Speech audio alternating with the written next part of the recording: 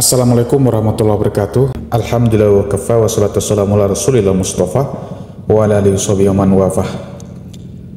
Baik, pada kesempatan video kali ini saya akan berbagi tentang cara berpidato atau tips berpidato.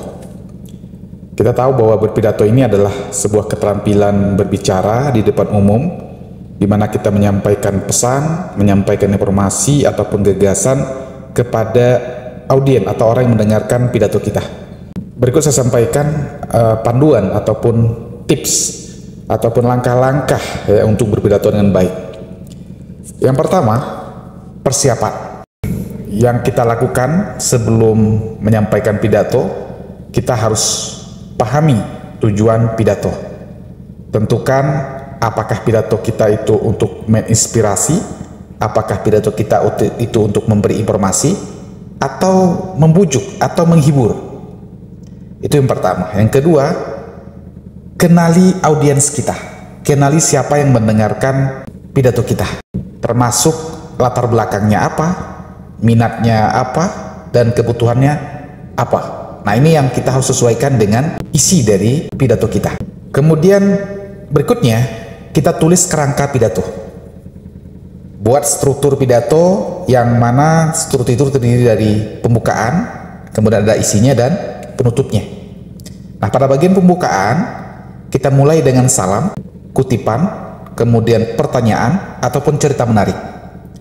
Kemudian pada bagian isi, nah di sini kita sampaikan poin-poin utama dengan jelas, dan kita kalau bisa didukung dengan fakta, didukung dengan contoh dan data. Kemudian pada bagian penutup kita akhiri dengan rangkuman. Kita sampaikan juga pesan inspiratif atau ajakan bertindak.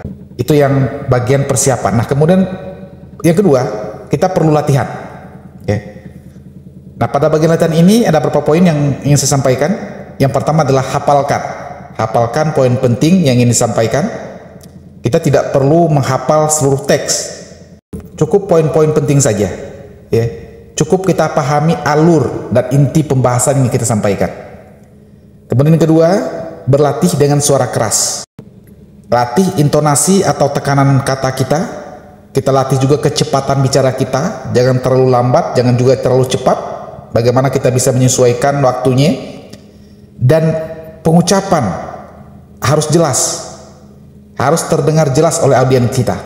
Kemudian berikutnya, kita bisa menggunakan cermin atau rekam diri, atau kita videokan bisa. Nah, dari situ kita bisa merefleksikan bagaimana penampilan kita, bagaimana bahasa tubuh kita, bagaimana ekspresi wajah kita, bagaimana kepercayaan diri kita. Kemudian berikutnya adalah minta umpan balik. Nah, setelah kita memvideokan ataupun kita bisa latihan di depan teman kita, atau di depan keluarga kita, atau di depan istri kita, dan kita minta kepada orang-orang terdekat kita untuk memberikan saran terhadap cara kita berpidato. Itu yang kedua, latihan. Yang ketiga adalah saat berpidato. Nah, apa yang kita lakukan saat berpidato? Tips yang pertama adalah mulai dengan percaya diri.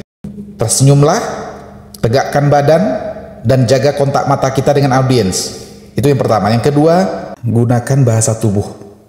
Bagaimana gestur tangan kita, bagaimana gerakan kepala kita, kemudian posisi tubuh kita dalam saat kita menyampaikan poin-poin penting. Ini harus disesuaikan. Kemudian berikutnya, perhatikan intonasi dan volume suara. Hindari nada yang monoton agar audiens tetap tertarik.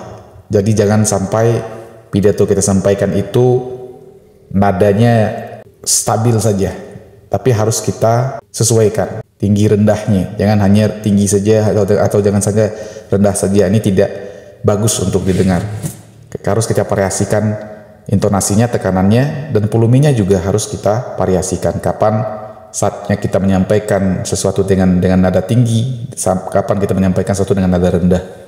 Kemudian berikutnya, berinteraksi dengan audiens. Nah, pada tips ini kita bisa mengajukan pertanyaan atau melibatkan audiens kita ya dalam percakapan singkat ya. Tidak perlu dialog yang lama ya, cukup percakapan singkat saja.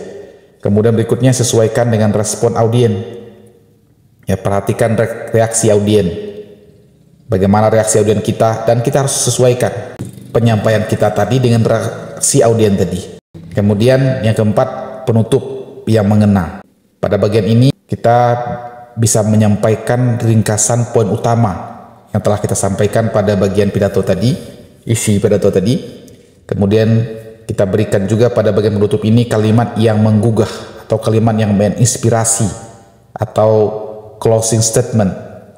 Nah, yang terakhir kita akhiri dengan salam atau ucapan terima kasih kepada audiens. Kemudian terakhir, evaluasi diri. Setelah berpidato, refleksikan apa yang berhasil, apa yang belum, apa yang masih harus kita tingkatkan untuk pidato berikutnya. Itu tips dari saya, mudah-mudahan bermanfaat dan semoga berhasil dalam menyampaikan pidato. Assalamualaikum warahmatullahi wabarakatuh.